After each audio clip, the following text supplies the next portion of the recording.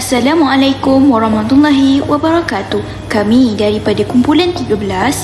Tajuk tugasan kami adalah perbincangan secara terperinci tentang teori konseptual kata kunci.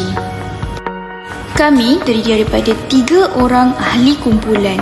Yang pertama, Amalina Najwa binti Abdul Alim. Yang kedua, Sharifah Syahirah binti Said Sagaf. Dan yang ketiga, Siti Faiz Nur Balkis binti Abdul Rahman. Zawiyah Yahya tahun 1999 mendefinisikan teori boleh berbentuk deskripsi atau pernyataan umum mengenai peraturan dan prinsip atau sistem idea yang saling berkait memberi penerangan tentang sesuatu fenomena. Teori juga merupakan sebagai gugusan idea atau konsep yang membentuk suatu tanggapan bagi memahami dan menjelaskan sesuatu fenomena berasaskan aturan yang sistematik. Sesebuah teori kesusastraan yang baik juga merupakan teori yang sifatnya aplikatif, mendukung sesuatu gagasan ketika berhadapan dengan teks kesusastraan dan dapat membuka dinamiknya kepada pandangan-pandangan baharu serta menguja argumentasi dalam amalan kritikan sastra. Latar belakang kajian. Teori konseptual kata kunci telah dikemukakan oleh Profesor Madya Dr. Mukhtar Muhammad Hassan, iaitu pensyarah Jabatan Kesusastraan Melayu, Akademi Pengajian Melayu Universiti Malaya sebagai praktis kritikan sastra pada 24 hingga 26 September 2001. Yang bertempat di Hotel Park Royal dalam satu seminar kritikan sastra Melayu Seratau. Dalam pembinaan teori ini, Muhammad Mukhtar bertolak daripada tanggapan Anna Wilzita, seorang profesor linguistik di Australian National University, yang percaya bahawa budaya dan masyarakat boleh ditunjuk atau diperjelaskan kepada umum melalui kata kunci. Teori konseptual kata kunci merupakan teori yang memerlukan pembaca untuk meneliti kata kunci yang terdapat dalam karya-karya seorang penulis. Menurut Muhammad Mukhtar Hassan 2005, bagi mencari konsepsi penulis terhadap sesuatu isu atau perkara, kata-kata yang digunakan oleh penulis dan karya tersebut perlulah diperhatikan. Ini bermaksud jika pembaca ingin mengetahui bagaimana seseorang penulis memahami atau melihat sesuatu isu atau perkara, pembaca perlu melihat dan meliti kata kunci yang digunakan dalam karya yang dihasilkan. Terdapat 3 prinsip dalam teori konseptual kata kunci, iaitu kepengaruhan, pemilihan kata atau diksi, dan desain. Kepengaruhan ini berkaitan dengan kehidupan pengarang, sebagai contoh latar belakang, keluarga, pendidikan dan politik. Manakala pemilihan kata atau diksi pula, kata-kata yang dipilih bergantung oleh penulis. Namun, pemilihan kata bergantung juga kepada kata konkret ataupun kata-kata abstrak. Dan yang terakhir, pesan. Pesan ini berkait rapat dengan impak pembacaan dan pernyataan masalah. Terdapat kekeliruan di mana teori ini dikatakan cenderung ke arah bahasa, namun sebaliknya itu, teori ini dijelaskan bahawa lebih menumpukan kekuatan penulis dalam menghasilkan karyanya. Seterusnya, teori konseptual kata kunci juga wajar menimbang persoalan makna, iaitu meaning karya. Teori ini tidak menjelaskan dengan khusus kedudukan karya dari sudut nilainya. Hal ini demikian kerana kriteria-kriteria yang digunakan untuk menetapkan makna karya masih kabur. Akhir sekali, teori konseptual kata kunci harus diperhalusi supaya tidak terlalu condong ke arah aspek linguistika yang boleh menyebabkan estetikasi sastra terhijab. Objektif pertama yang kami akan kaji adalah mengkaji kepengaruhan melalui teori konseptual kata kunci. Yang kedua, mengenal pasti pemilihan kata melalui teori konseptual kata kunci. Dan yang ketiga, menjelaskan kesan melalui teori konseptual kata kunci. Jadi, untuk bahagian metodologi kajian pula, kami telah menggunakan 3 kaedah. Yang pertama ialah rujukan kepustakaan, yang kedua pula rujukan internet dan yang terakhir ialah rujukan jurnal.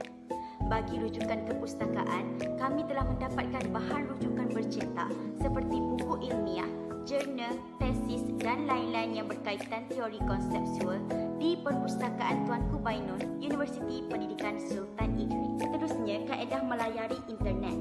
Kami telah membuat pengumpulan data tambahan berkenaan teori konseptual dijalankan melalui layaran internet dengan mudah. Kaedah ini banyak digunakan untuk melengkapkan pengenalan dan latar belakang bagi kajian ini.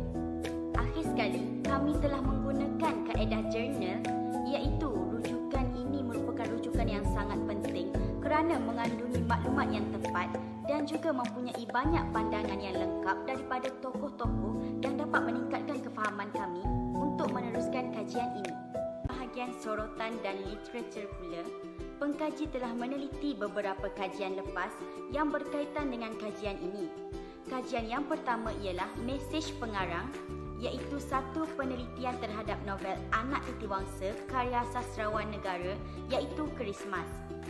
Kajian yang dijalankan oleh Muhammad Daud Ibrahim dan Rohaidah Kamrudin pada tahun 2015 telah bertujuan untuk mengkaji mesej-mesej yang ingin disampaikan oleh Christmas, yakni penulisan novel Anak Titiwangsa.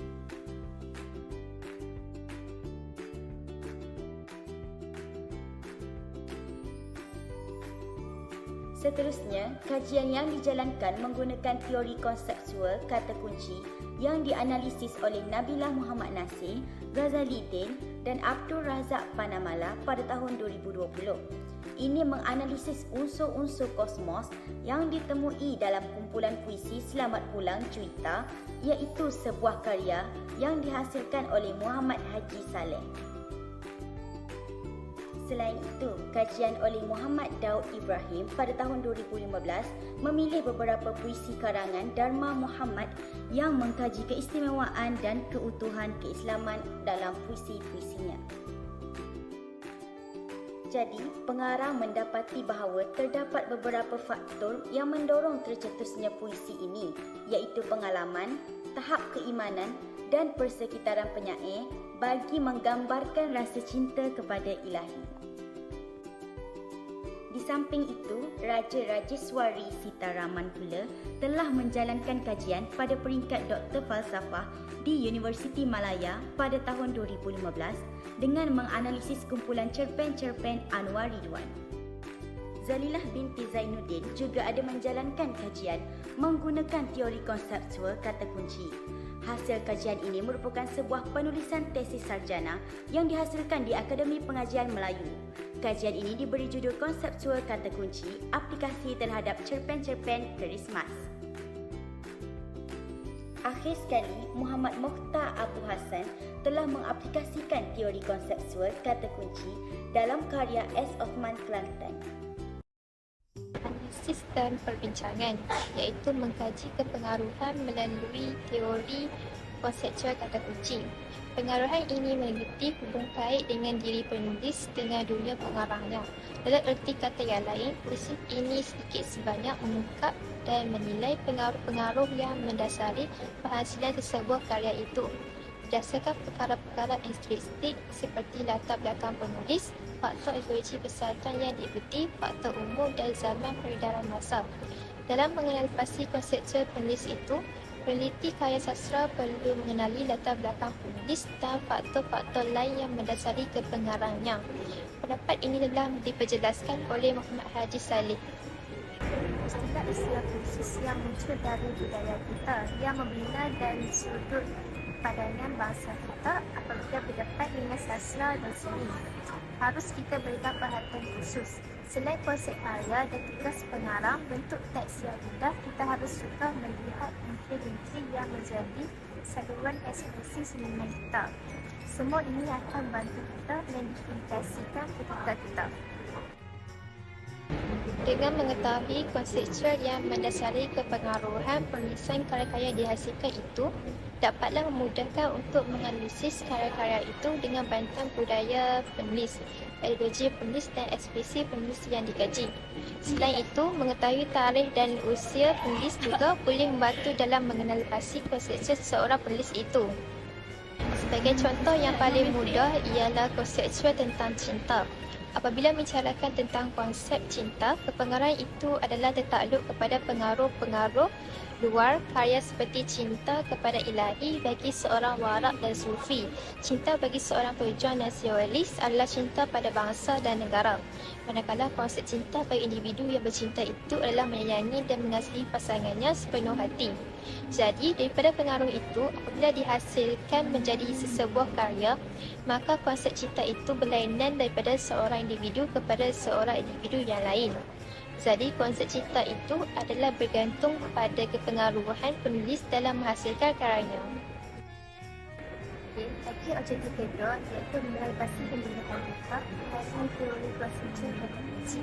Lazimnya, pada penghasilan sesebuah karya, tulis itu dipengaruhi oleh sesuatu konsep yang lahir daripada penerangan atau pilihan yang diamati sepanjang perjalanan kehidupannya.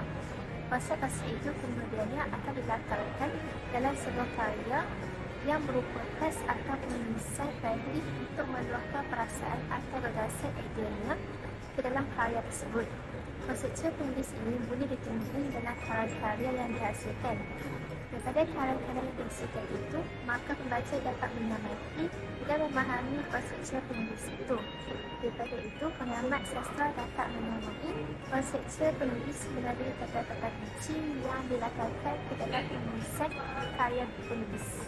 Sejajar dengan ini, penulis lazimnya menggunakan kata-kata yang berada dalam lingkungan dirinya dengan menyatakan konseptual penulis pada satu isu atau hal yang berbangkit. Kata-kata atau sekumpulan kata yang berhubungan dengan konseptual penulis akan dibuatkan ke dalam karyanya yang menggunakan kata-kata kunci yang diulang berkali-kali. Pilihan kata itu boleh saja bersifat konkret maupun bersifat abstrak.